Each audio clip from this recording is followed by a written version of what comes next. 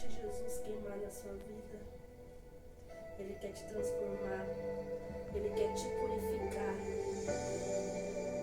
Ele quer que você sinta a presença dele.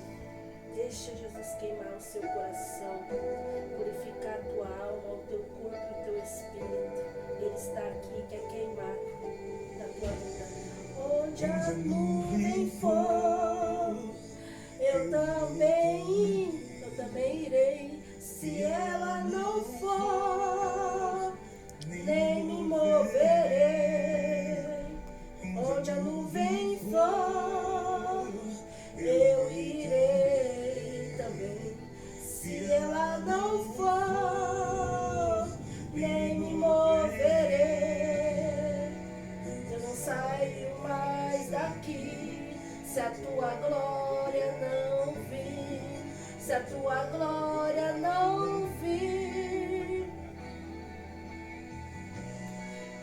eu me sacrifico a ti, para que os outros possam vir, para que os outros possam vir.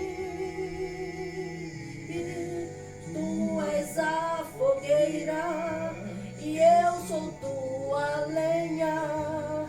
Vem queimar em mim, vem queimar em mim.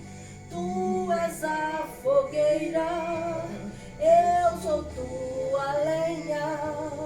Vem queimar em mim, vem queimar, Jesus. Onde a nuvem for, eu também irei. Se Jesus não fosse, siga a nuvem igual o povo seguia no deserto, o povo de Israel.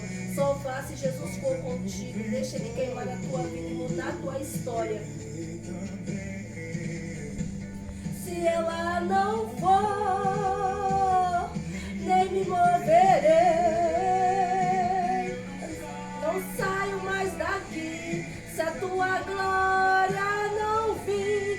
Fique na presença de Deus até Ele derramar glória sobre a tua vida. Não saia da presença dEle.